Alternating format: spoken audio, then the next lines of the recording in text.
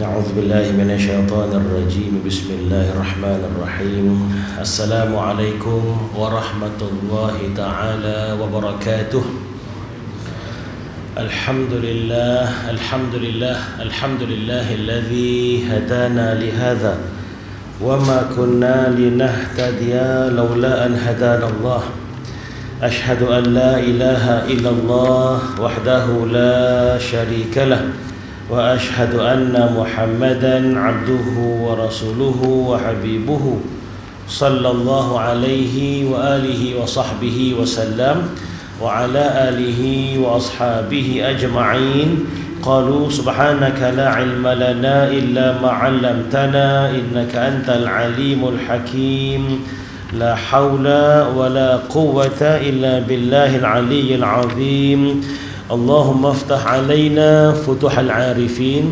وفقهنا في الدين وعلمنا التأويل واهدنا إلى صراطك المستقيم اللهم انصر إخواننا في فلسطين اللهم انصر إخواننا في الغزة اللهم انصر إخواننا في الغزة يا رب العالمين اللهم عليك باليهود ومن والاهم يا رب العالمين وصلى الله على سيدنا محمد وعلى آله وصحبه وسلم Walhamdulillahirabbil alamin amma ba'du. Alhamdulillah yang saya muliakan sidang hadirin, sidang Jumaat, tuan imam yang dikasihi, tuan-tuan haji, puan hajah, ayahanda-ayahanda, bonda-bonda yang dikasihi. Apa khabar tuan-tuan semua? Sihat? Alhamdulillah, syukur pada Allah. Kita dapat jumpa lagi pada malam ini. Alhamdulillah, saya baru sampai semalam subuh. Alhamdulillah, daripada Madinah Al-Munawwarah. Alhamdulillah, bawa jemaah umrah. Tuan-tuan, cuaca di Madinah, di Mekah sekarang ni dah mula sejuk. Alhamdulillah, dah mula tak panas lah maknanya, ya. Alhamdulillah. Kalau dulu darjahnya 46, 50, ya, sekarang ni dalam 20, 27, 28 macam Malaysia lah. Alhamdulillah. Dan ke arah sejuk, ke arah sejuk. Di Arab Saudi secara amnya macam tak ada apa berlaku je. Kan, macam tak ada apa berlaku, aman damai macam biasalah. Jemaah semakin ramai, tawaf, sa'i, ya, semakin ramai tuan-tuan. Sedangkan di sebelah sana, ya, sebelah sempadan di Gaza, di Palestin ni, hari-hari perang tak habis-habis tuan-tuan, masya-Allah. Jadi apa yang kita boleh buat, ya, begitulah keadaan tuan-tuan. Apa ni, suasana politik hari ini tuan-tuan, ya, masing-masing yang telah diikat ada kunci mulutnya tuan-tuan. Dah tak boleh nak bersuara boleh lah, tapi nak bertindak pun, ya, kita betul-betul terikat, ya, dengan PBB-nya, ya, dengan pelbagai undang-undang, antarabangsa. Walaupun kita ramai, walaupun negara Arab ramai keliling tu, ya, tapi tuan-tuan, kita lihatlah apa yang berlaku tuan-tuan, ya. Kita doa lah, yang mampu buat kita doa. Jangan kita abaikan, ya, doa. Ya, tapi pengalaman saya di Mekah, Madinah ataupun doa secara umum je. Ya, secara doa khusus, doa qunut nazilah pun tak ada baca pun. Begitu, kan. Jadi itulah, sampai peringkat begitu, kan, mereka kontrol dunia ini tuan-tuan, ya. Orang kita jemaah Malaysia yang pegang selendang mafla Palestin pun dipenjarakan, kan, ditangkap di Saudi ni buat umrah ni. Siapa yang nak pergi umrah tak payah bawa lah yang mafla Saudi tu, Palestin tu, tinggal kat simpan baik-baik. Memang begitulah undang-undangnya, ya, sekarang tuan-tuan, ya. Jadi kita doa mudah-mudahan Allah Ta'ala berikan jalan, buka muka, muka mata kepala umat Islam sedunia. Mudah-mudahan ini merupakan satu titik tolak, ya, permulaan untuk memulakan untuk merdekakan bumi Aqsa tu tuan-tuan, ya. Amin, ya rabbal alamin, insya-Allah. Satu sudut memang kita kalah, memang kita hancur, memang kita ramai yang meninggal dunia, yang syahid. Tapi satu sudut lagi menang sebab apa? Syahid. Dah confirm pastinya syuhada ahli syurga tu, kan. Masya-Allah. Kanak-kanak yang tak berdosa, ibu-ibu, kaum wanita, lelaki perempuannya, tuan-tuan, tiba-tiba syahid begitu. Sebenarnya satu kemenangan sebenarnya. Kan, kita tak ada kalah. Fizikal nampaklah memang kalah lah, sebab mereka lawan ikut udara, kan. Tapi di darat mereka tak boleh lawan tentera Hamas, dan di darat, di udara boleh lah. Gitulah pengecutnya, Yahudi, Israel, pengecut, bangsa yang pengecut. Subhanallah. Tuan-tuan, kita sambung insya-Allah malam ini kuliah tentang kitab Al-Hikam insya-Allah taala. Yang berkata Syekh Ibn Athaillah rahimahullah taala, wijdanu thamarati ta'ati ajilah basyairul amilin biwujudil jazai 'alaiha ajilah. Terasanya kelazatan, hasil ketaatan, hasil amal ibadah ketika hidup di dunia ini, itu merupakan sebagai berita gembira bagi orang yang beramal atas adanya pahala yang segera di akhirat kelak. Satu petanda alhamdulillah menurut Syekh Ibn Athaillah rahimahullah dalam kitab Hikam ini, kita boleh buat kayu ukur, kita boleh menilai sendiri tuan-tuan. Nilai apa? Menilainya kita amal ibadah kita ni diterima Allah ataupun tidak. Amal ibadah kita ni ada pahala ataupun tidak. Amal ibadah kita ini ada tak pahala atau Allah terima tak? Begitu. Antara tandanya ialah wijdanu thamarati ta'at ajilah, wujudnya buah-buah ataupun hasil ketaatan amal ibadah tu di dunia ni. Apa hasil ketaatan ibadah di dunia? Kebahagiaan, rasa tenang, rasa bahagia, rasa happy, rasa tenteram je amal ibadah ni, seronok beramal ibadah. Kalau ada rasa tu, ada rasa nikmat, lazatnya solat, lazatnya zikir, lazatnya selawat, lazatnya pergi surau, pergi masjid, lazatnya dengar Al-Quran, lazatnya amal ibadah lah. Itu petanda yang Allah dah beri dulu kat dunia ni, bahawasanya ada pahala yang menanti di akhirat. Alhamdulillah. Sebaliknya lah, kalau dah beramal ibadah tapi tak ada lazat, rasa sebaliknya pula, boring, bosan, memenatkan. Allahu akbar. Tuan-tuan, ada ke orang ibadah rasa penat? Memang penat. Kalau ikut zahir memang penat lah jalan, memang penat. Contohnya kalau pergi umrah lagi lah, pergi haji ni, memang ibadah yang menggunakan fizikal yang sangat-sangat kuat. Kena tawaf, kena jalan kaki, kena sa'i daripada hotel nak ke masjid tu, kena halau perambat dengan Arab lagi kan. Baik-baik dah parking, hajjah, tarik, jalan kan. Baik-baik nak ngaji, jalan kan. Maknanya kena pandai. Memang ibadah yang cukup sebenarnya memenatkan, sakitkan sebenarnya, menyakitkan. Inilah belanja yang besar, cuaca yang berbeza, batuk-batuk dan demam. Tapi di samping kepenatan itu, sakit sekiranya, hatta sakit sekalipun, sebenarnya ada kelazatan. Ada kelazatan. Sebab itulah ketika Aisyah radhiyallahu anha beritahu, dia tanya Rasulullah, "Ya Rasulullah, bolehkah kami ni kaum wanita, kami ni perempuan pun teringin nak berjihad juga. Tengok lelaki berjihad, pergi perang, dapat syahid, dapat mati syahid, masuk syurga tanpa hisab. Kami pun wanita nak pergi jihad juga, boleh tak?" Nabi kata apa?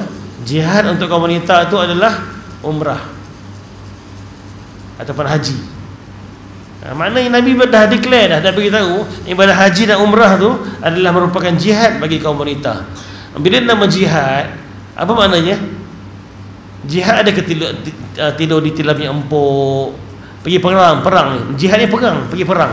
Adakah pergi perang ni tilam ni empuk, bilik aircon selesa, selimut tebal, makan buffet. Kita pergi perang ni, berjihad ni kan, ada VIP, bus VIP semua kan, naik speed train daripada Mekah Madinah Jeddah laju kan. Adakah begitu? Itu namanya jihad. Langsung tak boleh penat, langsung tak boleh kurang tidur, langsung tak boleh sejuk sikit, panas sikit. Adakah itu namanya jihad? No. Jihad memanglah begitu, memang kena hadapi lah. Perang, kata nak pahala jihad, kata nak pahala macam orang pergi berjihad, syuhada. Itulah bahagian dia. Penat, flight delay, perangai Arab kita pun tak faham. Kita tak akan faham sampai kiamat perangai Arab tuan-tuan. Nak marah pun dah tak marah dah. Saya baru ni last Jumaat dekat Madinah, bayangkan sampai taklah lewat sangat, sampai masjid di Madinah, Masjid Nabawi tu ada kosong lagi, ada ruang lagi. Dekat pagar tu dia dah blok, askar dia halau jalan sana. Padahal ada kosong lagi tu dalam tu, dekat luar masjid lah, tapi dalam pagar tu kan ada kawasan lagi tu, lapang, nampak lapang lagi. Dah dia halau perambat, tutup gate tu, jalan. pergi sana ujung, yang sana boleh masuk, sana pun dia tutup juga, sedangkan dalam tu kosong, ramai, banyak kawasan lagi. Kau bayangkan, kita ni ramai jemaah kat luar lagi ni kan, panas dengan tengah hari Jumaat, lelaki perempuan, ada Arab tu bertekak, perempuan, mana, kenapa tahan kami kan depan kosong lagi tu, kata bos suruh, mana bos kau? Oh, dia bertekak sama dia kan, dalam kosong lagi, tapi sudah bos suruh tutup lah pakai tu. Padahal kalau dibuka ke depan banyak ruang, yang luar ni semua boleh dalam bawah payung tu. Tapi itu dah perangai yang kita tak mungkin boleh faham, sebab arahan bos dia gitu, kena sekat lah, sabar je lah kan. Semayanglah dalam, di bawah terikat matahari, pahala lebih sikit lah kan, insyaAllah, mudah-mudahan lah kan, berpeluh-peluh, begitulah. Jadi sidang jemaah sekalian, amal ibadah ni ada buah dia, ada hasil dia. Apa hasil dia? Bertambah keyakinan, merasa senang beribadah kan, bertambah bersepuas menerima segala segala ajaran yang Allah Allah tuntut pada kita kan, dan Nabi ajar kita, rasa nikmat, lazat beribadah ni. Ini petanda bahawasanya ada berita gembira, itu merupakan basyairul amilin, ada berita gembira untuk berlaku amal ibadah tu. Tuan-tuan, kadang-kadang kita beramal ibadah ni, kadang-kadang ada rasa macam rasa bosan, ada rasa jemu, maklum kita manusia biasa, apatah lagi di dunia ni kita tak terlepas daripada godaan syaitan. Memang ada kadang-kadang ada rasa macam dibisik-bisikkan, rasa macam macam dianggap kita ni, dia bisik kita supaya rasa sia-sia beribadah, supaya rasa macam tak ada kesan ibadah dia buat apa kan. Orang tak semayang pun makan elok je, rezeki dia murah je, gitu pula. Tak, sebenarnya tak, beza. Nampak zahir macam dia happy, tapi tak happy, tapi tak ada rasa kemanisan iman dia.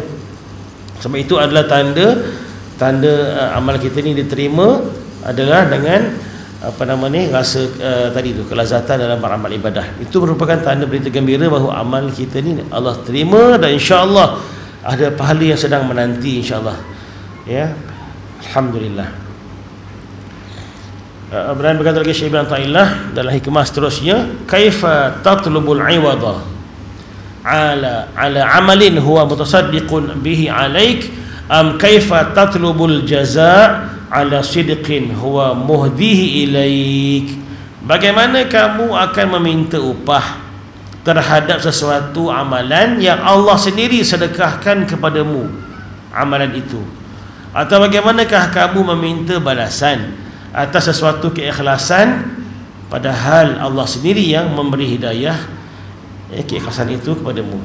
Tuan-tuan, tadi disebut bila kita beramal ibadah ada rasa gembira, rasa happy, rasa tenang, lazat beribadah tu, rasa nikmat ketika baca Quran, ketika beramal ibadah tu, itu petanda bahawa Allah terima kan, ada pahala sedang menanti di padang mahsyar, maknanya tak sia-sia. Yang ini pula dia beritahu kita, dia bertanya pula pada kita, iaitu Syekh Ibn Athaillah bertanya pada kita supaya kita ni jangan terlalu nak mengharapkan balasan. Begitu pula dia kata apa, bagaimana pula kamu ni, kita ni semua ni hanya mengharapkan balasan Allah, hanya mengharapkan pahala ketika beribadah. Nak air? Sini air, minum air. Nak sini minum air? Nak? Masya Allah. Ya, bagaimana kamu katanya mengharapkan balasan, mengharapkan ganti, maknanya upah lah, upah. Yalah, pahala tu macam upah lah setiap amal ibadah kita ni, sedangkan amalan kita ni sebenarnya merupakan sedekah Allah pada kita. Kita memanglah nak beramal, maknanya nakkan pahala, nakkan balasan, syurga, insya-Allah, betul lah. Tapi hakikatnya tuan-tuan, kita boleh beramal ibadah ini pun merupakan anugerah Allah, betul. Kita boleh beramal ini pun merupakan pemberian Allah, izin Allah.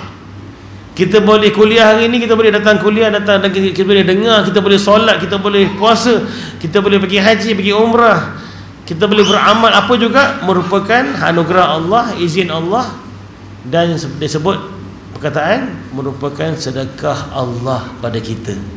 Allah bersedekah pada kita. Jadi kita bagi sedekah, kan? Maknanya kalau tanpa sedekah Allah ni, kita tak mungkin dapat boleh beramal ibadah.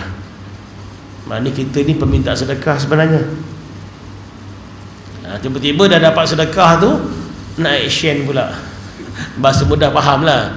Dah dapat sedekah, dah diberi sedekah, nak action pula. Mana upah? Mana upah lagi? Nak lagi dan lagi. Manusia yang tak pernah puas.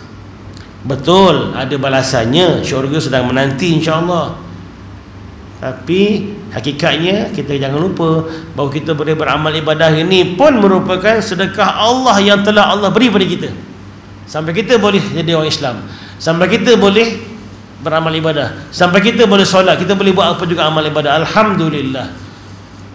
Okey, dah beramal ibadah, ikhlas pula, kita ikhlas lillahi ta'ala, ikhlas sungguh-sungguh, khusyuk, tawaduk, nangis, insya-Allah lillahi ta'ala, tak ada riak, tak ada takabur, memang solid lah konon-kononnya kita buat sebaik mungkin. Tuan-tuan, kalau yang ikhlas itu pun merupakan, kalau tadi amal ibadah itu adalah sedekah Allah, tapi manakala kita buat dengan ikhlas, dengan sempurna pada kita tu, dengan yakin Allah Ta'ala terima insya-Allah, ikhlas, kita buat dengan ikhlas, itu pun merupakan hadiah Allah pada kita. Sebab kalau tanpa hadiah Allah, kita tak mungkin boleh ikhlas. Dah beramal riak pula, takabur pula, dah beramal yang tiba-tiba belagak pula, sombong pula, aku lagi baik, dia teruk, aku lagi baik, habis. Maknanya bila beramal boleh ikhlas tu, ikhlas tu merupakan hadiah Allah pada kita. Jadi yang mana satu pula kita? Kalau lah amal ibadah pun sedekah Allah pada kita, kalau dah beramal pun dengan ikhlas pun merupakan hadiah Allah pada kita.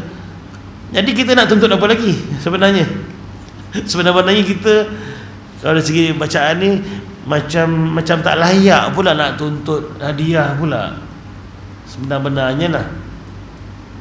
Tapi tuan-tuan, itu janji Allah, tetap ada hadiah insya-Allah. Yang cuma adab kita lah dengan Allah Ta'ala, itu yang dipersoalkan tu, ya. Iaitu setiap amal yang diminta upah darinya ialah apabila amal itu menguntungkan atau menghindarkan kerugian terhadap siapa kamu beramal untuknya. Sedangkan amal ibadah itu semuanya tidak menguntungkan Tuhan dan tidak menolak mudarat terhadap Tuhan. Bahkan amal itu semua kembali kepada siapa yang beramal sendiri. Yang minta upah ni kan kalau kerja lain, kita kerja dengan bos, dengan majikan, kita dah bagi khidmat servis kita pada majikan, pada bos tu, bos ada untung, kilang dia, bisnes dia makin meningkat, dia ada untung, so dia pun dapat untung, kita minta lah bahagian kita. Itu kerja. Tapi dalam soal amal ibadah ni, adakah Allah lebih beruntung dengan amal kita ni? Kalau kita tak beramal, Allah rugi ke? No. Kan dalam hadis yang lain kita dah sebut dulu, Allah Ta'ala sedikit pun tidak menambahkan kehebatan kerajaan Allah Ta'ala yang maha kaya, maha besar itu dengan amal ibadah kita manusia ni. Walaupun semua makhluk Allah beriman, bertakwa sampai hari kiamat, yang Nabi kata apa? Semua beramal soleh, sedikit pun tidak menambahkan kehebatan kerajaan Allah Ta'ala. Maknanya kita kalau semua beramal soleh, orang baik-baik, tak ada syaitan, tak ada iblis, semua orang baik semua, tak ada Israel, Yahudi pun tak ada, semuanya baik semua, aman damai, jadi orang bertakwa semua, masya-Allah, sembahyang cukup, pun tidak menambahkan kehebatan kerajaan Allah Ta'ala Subhanahu wa ta'ala. Sebab Allah maha kaya. Dan begitu jugalah kalau semua makhluknya tak beriman, tak bertakwa, jahat, sejahat-jahat manusia lah, tak beriman langsung, semua kafir lah, pun tidak mengurangkan sedikit pun kehebatan kerajaan Allah Ta'ala. Subhanallah. Maknanya kita tak boleh lupa bahawasanya, ya, amal ibadah ni balik pada kita sebenarnya, kita yang dapat. Sebab itulah kita tak boleh nak demand lebih-lebih, nak minta lebih-lebih sangat. Tak, maksudnya jangan kita terlampau berkira lah, tak boleh. Tapi kita buat, janji Allah ada insya-Allah, ya. Tapi sebagai adabnya kita kena ingat bahawa kita boleh beramal ibadah ni pun merupakan anugerah Allah sebenarnya. Sedang hadirin yang dirahmati Allah, bismillah. Berkata Syekh Zarruq rahimahullah ta'ala, ada beza ya antara hadiah dan sedekah. Apa beza hadiah? Hadiah apa beza? Sedekah apa beza? Hadiah ni kata dia, annal hadiyah la takunu illa bi syai'an nafis.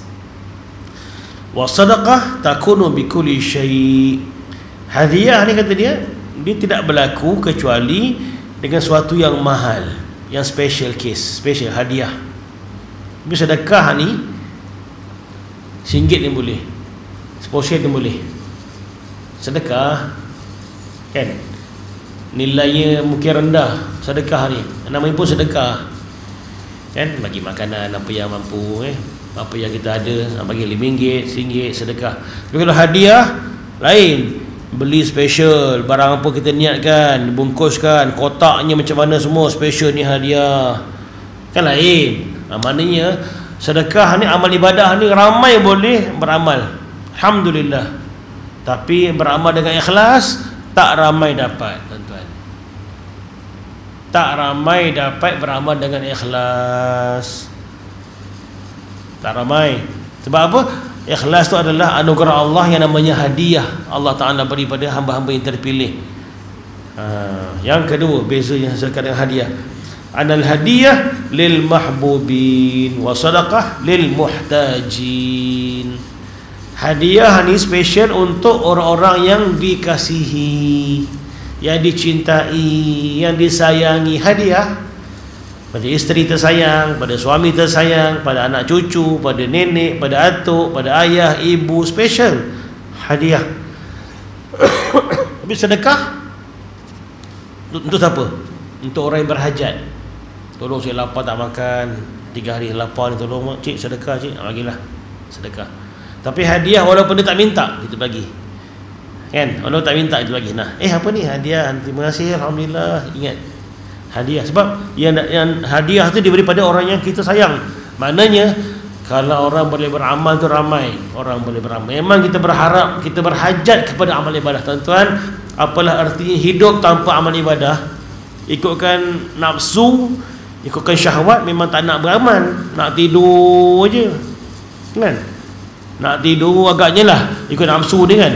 Bosan lah, kena semayang, kena apa lah, itu haram, ini haram, tak boleh lah, apa nak enjoy, ikut nafsu. Itu ikut nafsu. Tapi sebenarnya kita tak boleh. Kita ya, Allah bagi akal, kita memang berhajat kepada amal ibadah. Kalau tak beramal, kita lebih dahsyat daripada haiwan.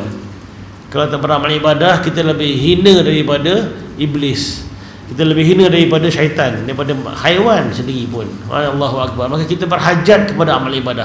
Kita berhajat kepada wuduk, kepada solat, kepada amal ibadah. Kita berhajat, tuan-tuan, kepada istighfar, kepada taubat. Kita berhajat. Kalau tak taubat, kalau tak berubah, tak kembali kepada Allah Ta'ala, akhirnya kita akan terjerumus dalam neraka Allah Ta'ala, wal'iyadzubillah.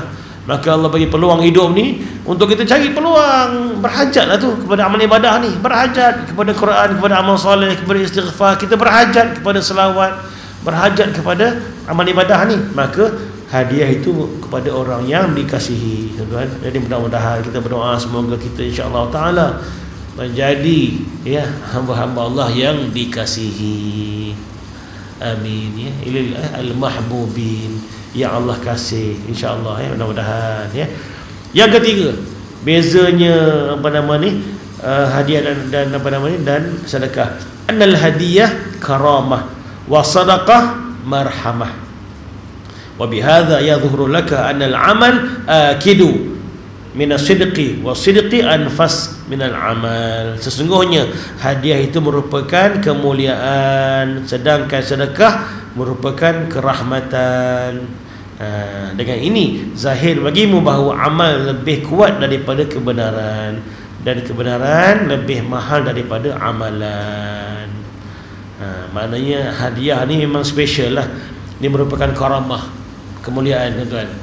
Allah berikan karamah pada hamba-hamba yang terpilih, maka dia boleh ikhlas, dia beramal, tak dipuji pun tak apa ya. Tuan-tuan lihat yang pernah pergi umrah, haji, lihat Rasulullah dulu ya, sallallahu alaihi wasallam. Satu contoh, satu batang tubuh manusia yang Allah pernah lahirkan ke dunia, yang Allah pernah wujudkan ke dunia ni, ya Rasulullah. Dia berjalan pergi ke Taif tu tuan-tuan. Sejarah tu masya-Allah. Saya baru ni pergi Taif, alhamdulillah. Jemaah kami semua naik naik kabel car. Alhamdulillah ada kabel car kan, kemudahan tu. Taif sampai ke bawah, naik balik atas, masya-Allah, subhanallah. Ya, mudah yang sekarang ni naik bas pun dalam 2 jam lah. Naik kabel car pun dalam sejam. Show kita naik kabel car tengok kan, takut juga tu. Kan bawahnya batu tu kan. Batu-batu tu. Masya-Allah tuan-tuan. Bayangkan Nabi dulu pergi ke Taif selama 4 hari perjalanan. Sampai Mekah ke Taif itu 4 hari perjalanan. Bukannya naik kenderaan, jalan kaki bersama Zaid bin Harithah radhiyallahu anhu, berdua je.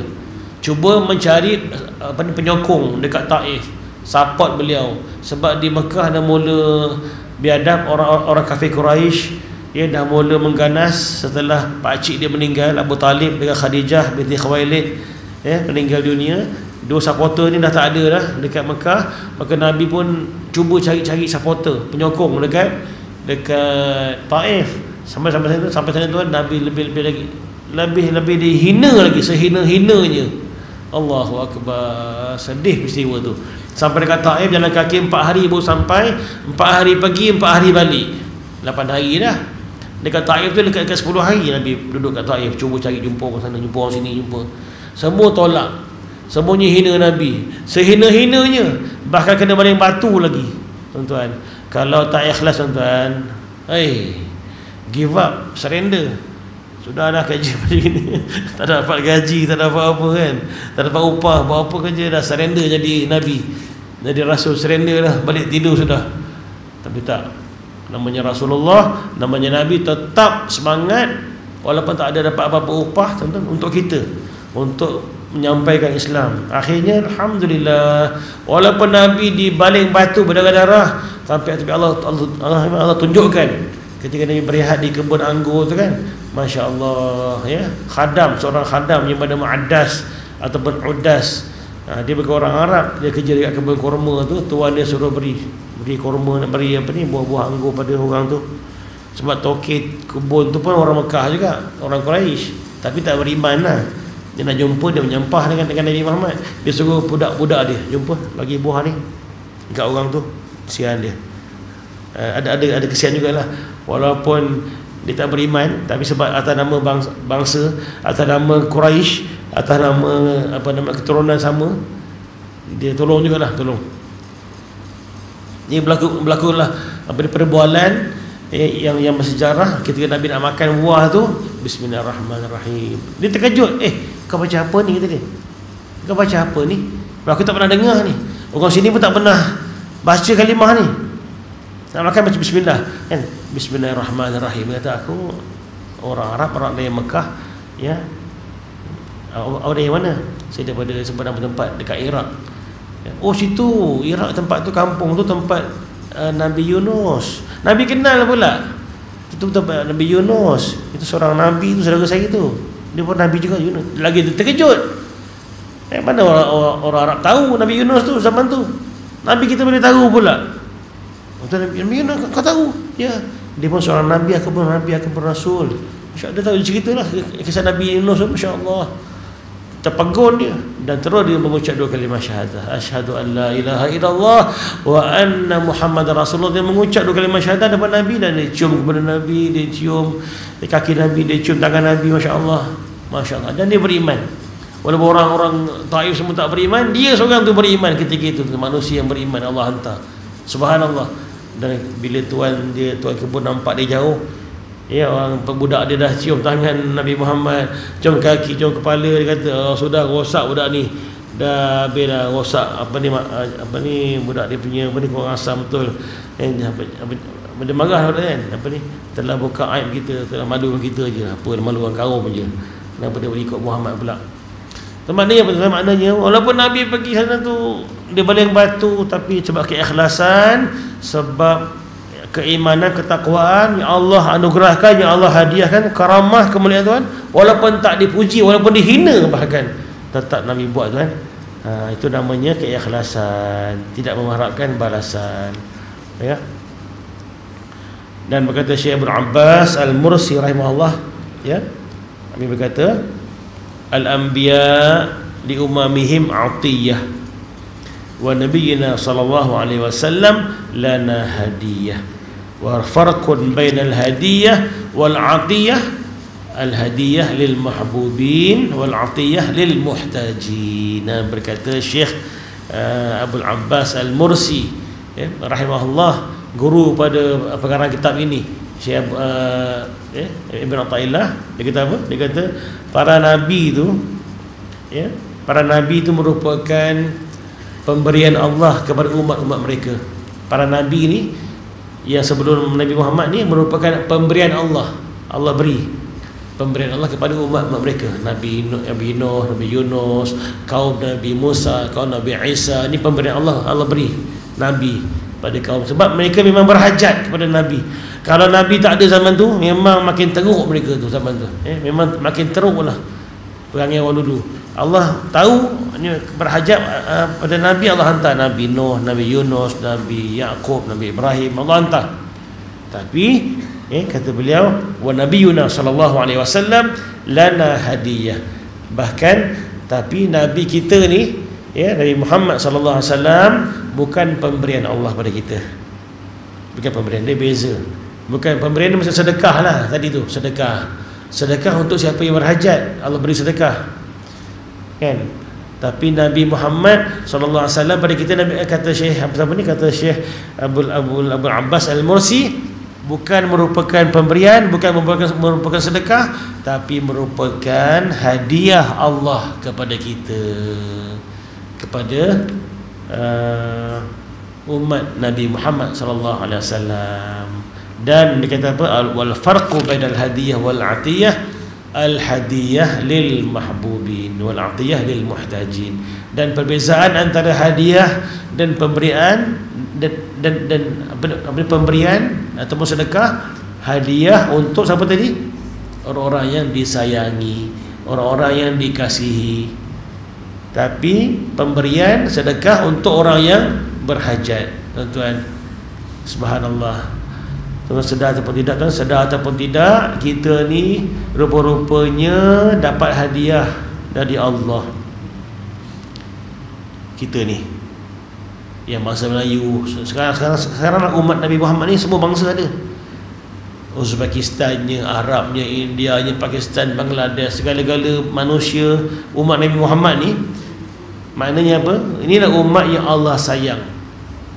Di Gaza, di Palestin, semua ni kita ni merupakan umat yang Allah sayang. Sebab Allah beri kita hadiah special, iaitu siapa? Nabi Muhammad sallallahu alaihi wasallam. Allahu akbar. Tuan-tuan, beruntung kita. Kenapa hadiah? Sebab tuan-tuan, kita ni umat yang sangat special. Memandangkan Nabi Musa AS sendiri pun berdoa pada Allah Ta'ala ketika Allah beritahu Nabi Musa, wahai Musa, kelebihan umat akhir zaman tu nanti begini. Antaranya akan dibangkitkan awal-awal, seawal manusia akan dibangkitkan besok di padang mahsyar adalah umat itu, umat Nabi akhir zaman tu. Nah, Allah cerita mereka tu tak akan diazab seperti mana umat sebelum mereka. Mana umur mereka pendek tapi barasannya mengalahkan umat yang dahulu. Banyaklah Allah cerita pada Nabi Musa. Maka Nabi Musa berkata, ya Allah, jadikan aku Nabi mereka. Dan Allah kata, wahai Musa, umat akhir zaman tu dah ada Nabi dah. Dah ada Nabi dia dah. Oh, kalau gitu ya Allah, tolonglah jadikan aku umat Nabi itu. Boleh tak? Nabi Musa meminta dengan Allah, kalau boleh nak jadi umat Nabi Muhammad sallallahu alaihi wasallam. Dan Allah beritahu, wahai Musa, dah ada dah umat untuk Nabi itu. Nabi-nya pun dah ada, umatnya pun dah ada. Maknanya tak boleh lah. Nabi Musa doa pun tak boleh, tuan. Maksudnya kita yang dah dapat jadi umat Nabi Muhammad ni beruntung bertuah tak kita ni? Beruntunglah, kita bertuah sangat-sangat lah. Cuma tuan-tuan, masalahnya kita sedar tak yang kita ni beruntung? Itu persoalannya. Kita sedar tak yang kita ni beruntung bertuah? Sedar ke tak sedar? Itu problem. That is the problem. Kan? Sebab tak sedar tu dah ramai yang tak perasan, ramai yang tak hargai, ramai yang tak cinta Nabi. Kan? Soalnya Allah dekat dengan kita. Sama juga, Allah dengan kita dekat ke jauh? Dekat. Allah beritahu dekat. Wa idza sa'alaka 'ibadi 'anni fa inni qarib. Ujibu da'wata da'i idza da'an falyastajibu li wal yu'minu bi la'allahum yarshudun. Dan bila hamba-hambaku tanya pada aku, wahai Muhammad, tanya kamu wahai Muhammad tentang aku, wahai Muhammad, beritahu mereka bahawa aku dekat dengan mereka, aku dekat dengan dia, dekat sungguh. Maka hendaklah mereka itu jawab sahutan, hendaklah menyahut panggilanku dan beriman denganku. Mudah-mudahan mereka dapat petunjuk. Allah beritahu Allah dekat dengan kita. Persoalannya kita ni rasa tak dekatnya Allah pada kita, ke rasa jauh, tuan-tuan? Kalau rasa jauh tu masalah. Sebab itulah kena usahakan rasa dekat. Allah dengan kita dekat. Ayat yang lain Allah beritahu, ya, Allah lebih dekat dengan kita ni, lebih dekat daripada urat batang leher ni, pada min hablil warid. Urat ni dah melekat dekat kita ni, lekat dekat leher ni, dekat badan kita. Tapi Allah beritahu Allah lebih dekat dengan kita daripada urat leher kita. Macam mana? Maknanya dekat sungguh lah. Persoalannya kita yang tak perasan, kita yang tak sedar betapa hampirnya Allah dengan kita tu. Tu kita kena doa, kena merayu, kena merintih, kena, biarlah tuan-tuan, kena mengharapkan. Sama juga cinta Allah pada kita dah confirm dah. Cinta Nabi pada kita dah confirm dah. Cinta Nabi pada kita, tuan-tuan. Tuan-tuan, saya baru ni saya pergi umrah, alhamdulillah. Ya. Adalah ustaz tu cerita, mutawif dekat sana tu, cerita satu masjid, dia bagi masjid Sajadah dekat Madinah tu. Masjid itu Nabi pernah sujud kat situ, ya, lama sangat. Ya, sampai sahabat Nabi Ramai bin Auf pun lihat dia jauh, sampai mereka nangis. Sebab apa? Dia ingat Nabi dah meninggal ke, Nabi dah wafat ke. Lama sangat sujud, bukan 1-2 jam, lebih dia menanjak lebih berapa jam dah sujud. Nabi kalau sujud lama tu, lama sangat, Masya Allah. Rupa-rupanya Nabi dah bangun, kenapa nangis wahai orang, kenapa nangis? Ya Rasulullah, minta maaf, aku ingat kau dah mati dah, kenapa tadi sujud lama sangat? Kata, ya wahai Abdul Rahman, ketahuilah aku bersyukur kepada Allah Ta'ala sebab Allah beritahu aku, melalui Jibril AS, bahawa Allah terima sesiapa umatku yang selawat atasku, baca sekali selawat je, Allah balas 10 kali. Allahumma salli wa sallim wa barik ala Sayyidina Muhammad wa ala ali Sayyidina Muhammad. Baca sekali Allah balas 10 kali. Baca 10 kali Allah balas 100 kali. Baca 100 kali Allah balas 1000 kali. Tuan-tuan, Nabi dapat maklumat tu, dia punya syukur, sujud, sampai sahabat lain rasa macam Nabi dah mati dah. Syukurnya kita tu, syukurnya Nabi tu sebab dapat berita gembira tu, Allah beritahu tu kelebihan selawat.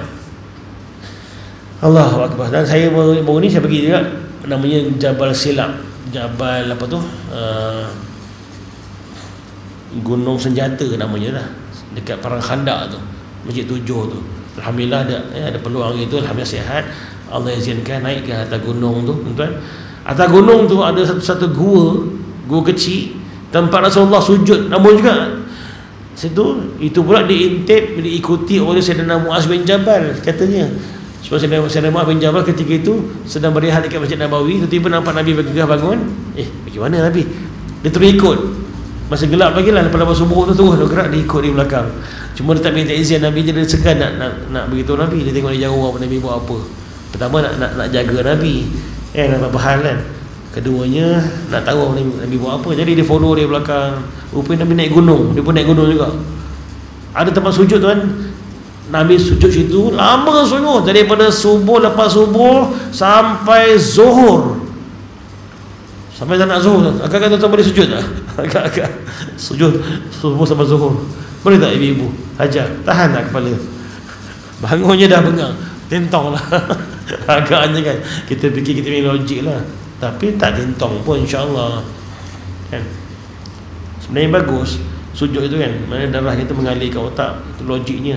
Nak ceritakan Nabi syukur itu sebab Nabi dapat berita juga tentang kelebihan umat Nabi itu yang Allah beritahu, ya, Nabi syukur sangat, sujud begitu. Tuan-tuan, begitulah sidang hadirin sekalian. Maksudnya apa ni? Cinta Allah pada kita dah terbukti.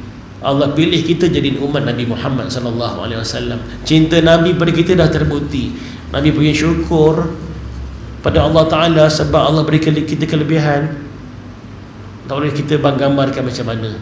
Nabi punya risau dengan kita ni, doa Nabi untuk kita, sampai Nabi dah nak wafat pun minta Jibril alaihissalam jawapan dari Allah Ta'ala tentang kita ni besok di padang mahsyar nanti. Nabi dah nak wafat dah. Bayangkan, mana Nabi punya cinta pada kita memang tak boleh kita pedikaikan, kan tuan-tuan. Dan hampirnya Allah pada kita, tuan-tuan, memang sangat hampir, tuan. Cuma persoalannya kita ni, saya ni yang bercakap ni, tuan, adakah kita merasai kehampiran itu? Adakah kita merasai kecintaan itu? Kan, jadi kita kena minta lah doa banyak-banyak, kan.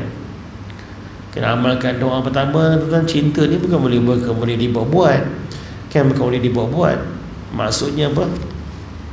Kita kena minta apa? Anugerah Allah. Oleh kerana keikhlasan itu pun adalah anugerah, hadiah Allah. Maknanya cinta kita pada Allah, cinta kita pada Nabi pun merupakan hadiah Allah pada kita. So kena baca doa tu baik-baik kali lah. Doa yang Nabi ajar tu, Allahumma inni as'aluka fi'lal khairat wa tarkal munkarat wa hubbal masakin wa an taghfira li wa tarhamani wa idza rata fitnata qaum faqbidni ghaira maftunin. Allahumma inni as'aluka hubbak wa hubba man yuhibbuk wa hubba kulli amalin yuqarribuni ila hubbik. Ada lebih kurang 10 permintaan yang Nabi ajar dalam doa ni. Dalam bahasa Melayunya, ya Allah, aku mohon kepadamu ya Allah amal kebaikan. Kita mohon kepada Allah supaya boleh beramal soleh, supaya boleh buat amal ibadah. Dan ya Allah, aku mohon padamu ya Allah untuk meninggalkan maksiat. Dan ya Allah, aku mohon padamu ya Allah untuk mencintai orang fakir miskin. Yang keempat, aku mohon ya Allah engkau rahmatiku dan ampuni aku. Dan kalau ya Allah engkau ingin memberi fitnah pada kami ya Allah, aku redha nyawaku diambil. Doa tu Nabi ajar doa ni. Dan ya Allah, aku mohon padamu ya Allah cinta kepada engkau. Maknanya nak cinta pada Allah ni pun kita kena minta juga. Nabi suruh minta, Allah suruh minta kita minta pada Allah supaya kita cinta pada Allah Ta'ala, dan cinta kepada orang yang mencintaimu, dan cinta kepada amal ibadah yang mendekatkan diriku kepadamu ya Allah. Untuk maknanya memang balik pada doa lah kita minta pada Allah Ta'ala. Mudah-mudahan Allah beri kita kekuatan untuk mencintai Allah dan Rasul. InsyaAllah. Tuan, dah azan kita beri ruang insyaAllah untuk azan insyaAllah. Dan insyaAllah sambung selepas azan insyaAllah. Bismillah sikit sambung. Bismillah. Alhamdulillah. Sedang hadirin sekalian, saya nak share tadi yang saya kata saya naik dekat Gunung Silang tu ke Madinah tu, tuan. Masya Allah, atas gunung tu kita baring lah, kita solat itu 2 rakaat. Tempat Nabi pernah solat, sujud situ, solat situ. Ramai lah naik. Ada gua kecil lah, Nabi berehat baring situ. Kita adalah, saya bergambar sikit kat gua tu, baring kat gua tu. Kalau ke atas gua tu sikit tu, batas kena naik atas sikit, ada macam lubang, dipanggil Ainun Nabi, air mata Nabi, keluar air. Subhanallah. Dekat ada bekas berlubang tu, nampaklah macam bekas laluan air lah situ. Batu, gunung batu tu. Saya pergi dah atas tu gunung, ada basah-basah, kalau hujan turun dia bertakung dalam tu sikit. Dia kata ustaz yang itu kalau musim hujan memang air bertakung tu, dan nampak dah keluar air turun lah, macam air terjun. So, saya pergi kat tempat keluar air tu, yang tapi dah tak ada air lah. Tempat Nabi pernah ketuk dengan tongkat, kat situ air keluar, memancut keluar. Subhanallah. Itu namanya mukjizat. Demi Allah, saya baru wangi dekat lubang tu. Subhanallah. Bau macam minyak wangi, macam kasturi. Lain tak ada, dekat tempat tu bau wangi. Subhanallah, bau tu wangi. Subhanallah. Saya cium wangi, subhanallah, insya-Allah. Dan saya dapat dengar berita tu dekat yang selain gunung situ, gunung dekat Tempat Gunung Uhud sama juga. Tempat Nabi berehat, Nabi dirawat ketika lepas perang Uhud tu, kan Nabi luka-luka. Gigi dia patah, luka, bibir Nabi luka, cucuk besi semua tu. Allah. Tak boleh duduk, kaki Nabi pun luka-luka, tak boleh duduk sembahyang diri. Sembahyang duduk dekat Masjid Fasah tu, dekat kawasan kaki bukit Gunung Uhud tu, ada gua kecil. Subhanallah, situ pun wangi. Cuma sekarang ini kita tak boleh masuk.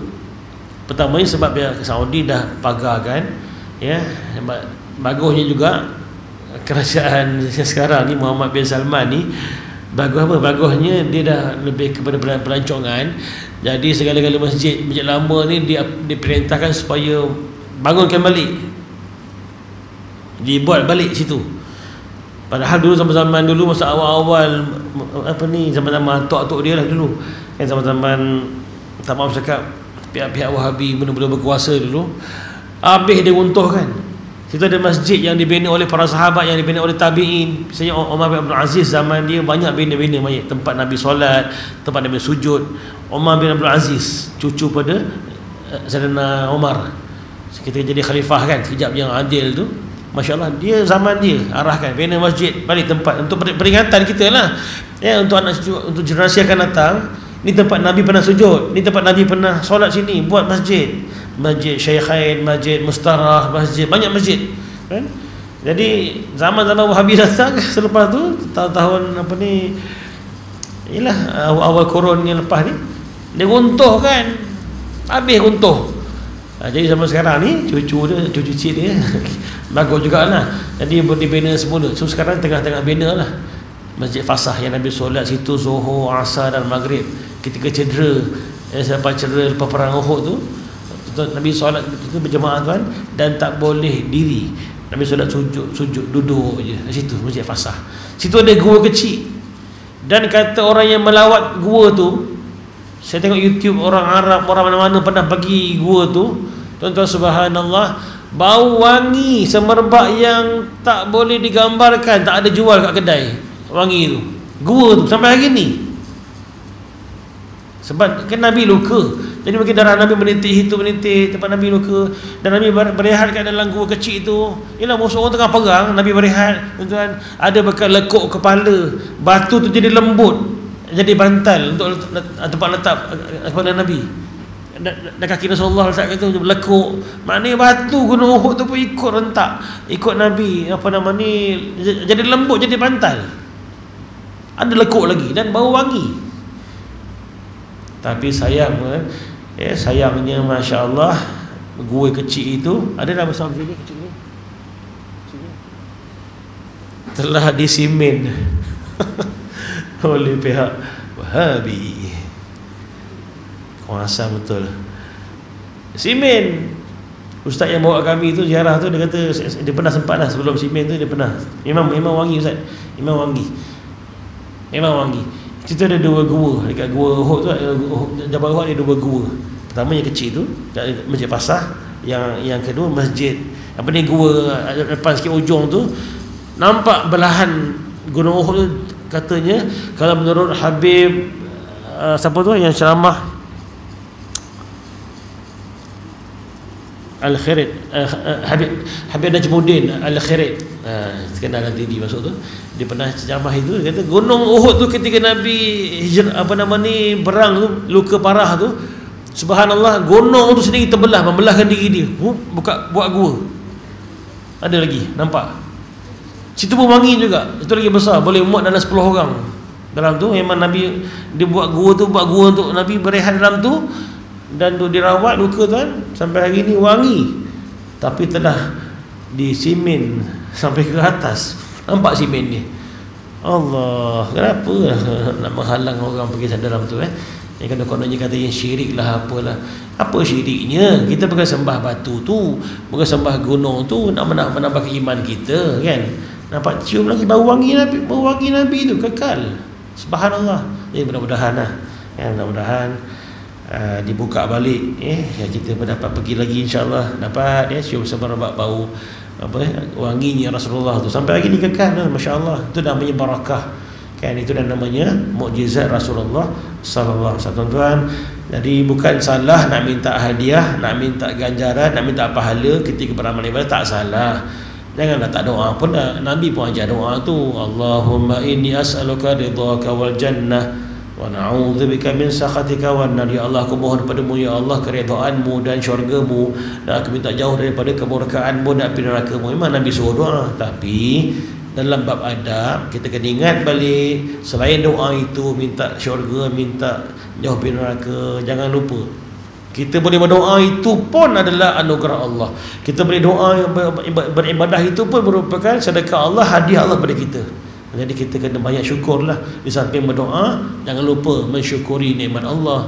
Boleh beribadah, alhamdulillah, boleh sebut Allah, boleh melihat lagi, boleh dengar Quran lagi, boleh baca lagi. Itulah kita syukuri pada Allah. Itu lebih kita perlu apa nama ni, jangan ditinggalkanlah, tuan-tuan. Wallahu a'lam bissawab.